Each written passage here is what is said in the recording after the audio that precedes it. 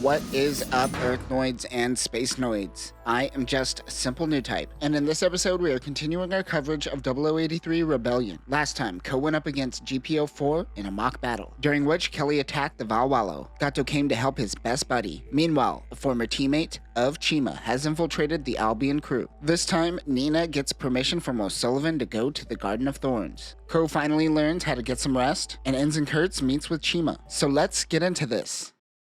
In the hangar of the Albion, Monch's GM Custom gets an upgrade to his rifle. This is still the standard HFW GR MR82 90mm GM rifle, but this version is outfitted with a beam bayonet and a grenade launcher. In Zeta, we will see beam rifles that are able to work at a low output, which turns the beam rifle into a beam saber. This rifle shows that this technology is slowly getting better in 0083, so by the time that 0087 comes around, it will be a standard. It's subtle, but I love these moments that show the technology slowly evolving throughout Universal Century. Moncha is waving around the beam bayonet in the hangar, making all the mechanics panic. Alpha and Chap tell Ko that when on the battlefield, it is wise to choose a weapon that works best for you. Ko is reminded that he is no longer a test pilot and is in active battle. Keith and Moncha head out to continue their scouting while Alpha, Chap, and Ko get some rest. Ko has been working non-stop and is exhausted. Now that they received more soldiers to help with the search, he can have a moment to himself. Mora talks to Burning regarding the new team on board. They have brought their own mechanics and are shutting out the Albion team from helping out with their mobile suits. We learned something interesting about the Gym Customs that was assumed but never said out loud. Gym Customs divert from the original design of the GM. Most are so different that they don't even use off-the-shelf EFF parts. However, at its core, it's still a gym. Mora, however, can't distinguish this new team's units. They don't seem like gyms at all, let alone Gym Customs. She thinks something is off. Synapse is talking to Lieutenant Commander Leicester of this new Kilgal's team. He informs Synapse that his team has been given permission to function independently from the Albion crew. He's been given these orders from Admiral Wyatt. The captain says, well, that's convenient. Then why can't Wyatt send over one Salamis to help out? Leicester says with a smile that they can't afford to give them a ship because of the naval review. Meanwhile, Nina goes to Kelly's junkyard to meet with Laterra. She says she hates men because they just knock you up and leave you for other men. Ko passes out and has a dream about Nina running away with Zia. Meanwhile, Nina's Haro tries to cheer her up. She flashes back to when she first found Haro. He was junk in Kelly's junkyard 2 years ago. Her and Gato worked together fixing it up. Soon after that, he disappeared. She wonders, why did he show up again now? She has to hear why directly from Gato. She goes to Director O'Sullivan and asks if she could go directly where the Delas forces are. He thinks that she is joking, but he humors her. The Kilgale team includes Ensign Kurtz. He doesn't even know how to open a Federation cockpit. His men tell him not to talk because he has a thick Xeon accent. Even his own men seem to keep him in line and don't seem to trust him. Mora's suspicions were correct. This isn't a Gym Custom. The Kilgale's units are in fact RX-81 G-Lines. Specifically, these are the G-Line Full Customs. The RX-81FC G-Line Full Custom is a part of the G-Line series and was an experimental line of mobile suits created at the end of the 1-year war with the aim of mass-producing Gundams. The G-Lines originally come from the game Mobile Suit Gundam Battlefield Record UC-0081. This version is built off of the RX-81AS G-Line Assault Armor. Lieutenant Burning has only vaguely heard of these units. He wonders why 1-year war mobile suits are being utilized, especially experimental units. They look like gems, but they are effectively Gundams. This is our first time experiencing a sleeper mobile suit in our coverage, like a sleeper car or a sleeper PC. It looks generic or shitty on the outside, but the inside contains state-of-the-art engineering. However, it has been established that at least on a software level, most gems are updated with the latest Gundam data. I guess this utilizes both the hardware and the software aspect of the Gundam. The G-Line launches. The team is around Side 5, Loom, or what remains of the former colony. Ensign Kurtz and the G-Lines are expecting to meet with some Xeon soldiers while on their scouting mission. They find a Gym Command head on a pike. Near it, they find a coded message on the wall. This is their meeting place. They shoot into the air to get the attention of Xeon. Everyone is exhausted from the search. Keith passes out in his cockpit, and they can't get him out. Burning and Co. talk about the experimental G-Line units. He wants to take a closer look at them, but Burning tells him not to slack on getting rest. Co was the type of person who spent all of his downtime learning about mobile suits. Now that they are in wartime mode, he understands why everyone constantly tells him to get some rest. In a battle, it could mean the difference between life and death. He asks Burning if the 1-year war is something he wants to return to. The commander tells him that a pilot leaves their regrets on the battlefield. From the 1-year war up until now, his main objective has always been the same: bring his men back alive. The Anaheim girls wonder why O'Sullivan would allow Nina to travel while all this terrorism is going on. The chief says that she has Paula with her. Nina doesn't want Paula joining her, but the director allowed her to go. He hints at the fact that they could get rid of the two if they become troublesome. Gato and Kelly meet back at the Garden of Thorns. Gato is fixing the Valwallo, so he uses Xeon standard parts instead of the junk he used to MacGyver this together. This makes him think about Ko.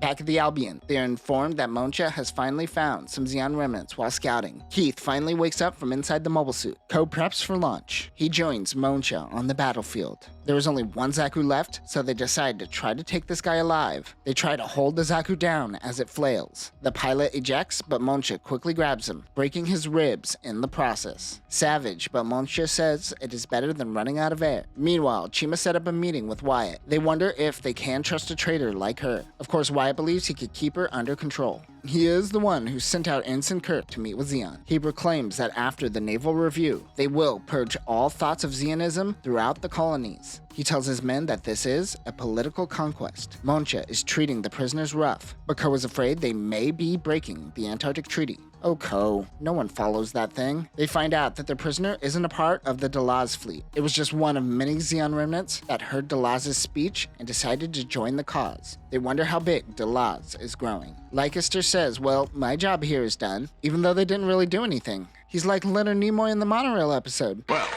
my work is done here. What do you mean your work is done? You didn't do anything. He departs for the naval review. Synapse is certain that Unit 2 will make its appearance at the naval review. They will wait for it to come out at Compe Island, but they must stop it at all costs. Chima has a nightmare about her commanding officer telling her to use gas to suppress a colony, not realizing it will kill all the colonists. She wakes up in a panic and says this is why she hates sleeping. Oh, samesies. She's been having this nightmare for 4 years now. She remembers Delaz calling her a mayfly. Their mechanic tells her that a mayfly is one that wanders on its own and dies a few days after reaching adulthood. There is an audio drama called Mayfly in Space that focuses on Chima. I never gave it a listen, but I might have to get my hands on it. She is informed that they made contact with Wyatt's Fettes for negotiation. At this point, she doesn't know that Ensign Kurtz is her old comrade. Synapse informs Cohen that they are going to hold out on Compe Island and wait until they make their appearance. Meanwhile, Paula notices Xeon ships in their area.